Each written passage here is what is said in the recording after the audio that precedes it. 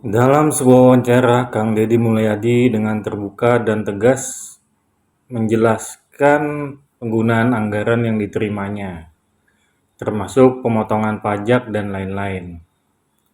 Hal ini mencuat setelah adanya pemberitaan yang menyebutkan besaran anggaran untuk Gubernur Jawa Barat. Lalu ditanggapi berbagai pihak dan akhirnya Kang Deddy sendiri memberikan klarifikasi. Hikmahnya, publik bisa tahu bahwa anggaran semacam ini juga diterima oleh gubernur-gubernur lain, meski dengan nominal yang berbeda. Pertanyaannya satu, beranikah para gubernur lain membuka data mereka secara transparan seperti Kang Deddy? Misalnya Gubernur Banten, Gubernur DKI, Gubernur Jawa Tengah, dan gubernur-gubernur di Indonesia lainnya. Saya teringat ucapan Basuki Cahayapurnama atau Ahok beberapa waktu yang lalu. Silakan saja gaji pejabat tinggi, tapi harus terbuka. Harus ada laporan penggunaan anggarannya. Prinsipnya jelas. Di sini dari rakyat, oleh rakyat, dan untuk rakyat. Di era keterbukaan dan teknologi sekarang ini, pejabat publik mestinya bisa menggunakan media untuk melaporkan penggunaan anggaran, bukan sekedar tampilan di ruang hiburan, seperti joget-joget, dan lain sebagainya. Kalau masyarakat mau mengkritik Kang Deddy karena anggaran Gubernur Jawa Barat itu dianggap terlalu besar, ya boleh-boleh aja. Namun jangan dilupa, kalau Kang Deddy itu bukan satu-satunya yang menerima anggaran tersebut, tapi juga ada gubernur lain. Bisa jadi ada gubernur lain yang menerima anggaran yang jumlahnya jauh lebih besar daripada Kang Deddy. Tapi diam-diam aja, tidak ramai untuk dibicarakan. Pertanyaannya jadi kenapa hanya Kang Deddy yang disorot? Apa karena Kang Deddy lebih terkenal? Kan seharusnya nggak begitu juga dong ya. Nah, mari kita simak pernyataan Kang Deddy saat diwawancari oleh wartawan. 30 juta tuh. Nah itu menggunakan dana operasional dan dana pribadi saya dari pendapatan saya secara personal. Nah saya kan kemarin udah jelasin oleh Kak Admin Pemprov Jabar bahwa dulu zaman sebelum gubernur saya itu 14 miliar.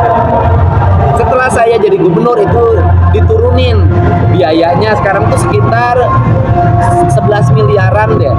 Itu peruntukannya pemeliharaan gedung kantor di 5 wilayah. Wilayah Bandung, wilayah Garut, Cirebon, kemudian Purwakarta, Bogor. Bisa dilihat kantor gubernur wilayah 5 wilayah ini dulu bagaimana, sekarang bagaimana, udah rapi tertata. Yang kedua, tenaga outsourcingnya tenaga kebersihan, satpam.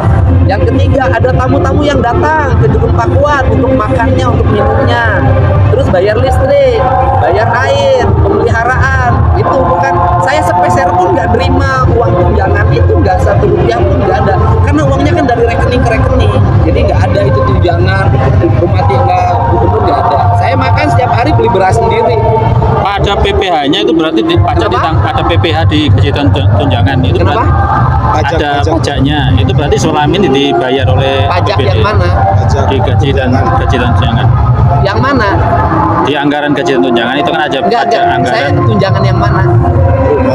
Anggaran makro itu kan APBD. Enggak, anggarannya yang mana maksudnya? Dari 2,2 miliar total untuk kepala daerah dan wakil kepala daerah. Oh ya, nggak ada. Kita hanya biaya operasional dan gaji, nggak ada. Di dalamnya kan ada anggaran PPh tunjangan, Pak. PPh. Oh PPh, yang otomatis. Jadi gini, saya jelasin gini.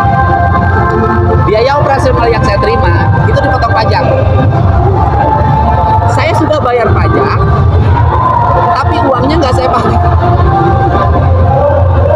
Jadi saya bayar pajaknya, tetap saya bayar pajaknya, tapi uangnya saya gunakan nih ke sini, dan itu dirinci. Bahkan kalau saya boleh, yuk bandingkan dana operasional yang saya sekarang itu saya pertanggungjawabkan loh, detail penerimanya ada satu-satu dan nomor rekeningnya serta kwitansinya. Ayo bandingkan dengan yang lain-lain. Yang operasional, taruhlah gubernur yang terdahulu, cek ada nggak pertanggungjawabannya. Kalau BPJS Kita jalan sekarang udah mulai upload. Hal yang penting adalah transparansi. Semua pejabat publik dari gubernur, DPR, DPRD, hingga DPD seharusnya berani membuka laporan anggaran mereka. Besar tidak masalah, asal jelas penggunaannya. Di sini saya ingin menekankan, kritik itu sah dan boleh ditujukan kepada siapapun, termasuk Kang Deddy Mulyadi. Tapi kritik juga harus didasarkan pada fakta, argumen, dan pengetahuan. Jika tidak, ia mudah berubah jadi hujatan atau serangan pribadi.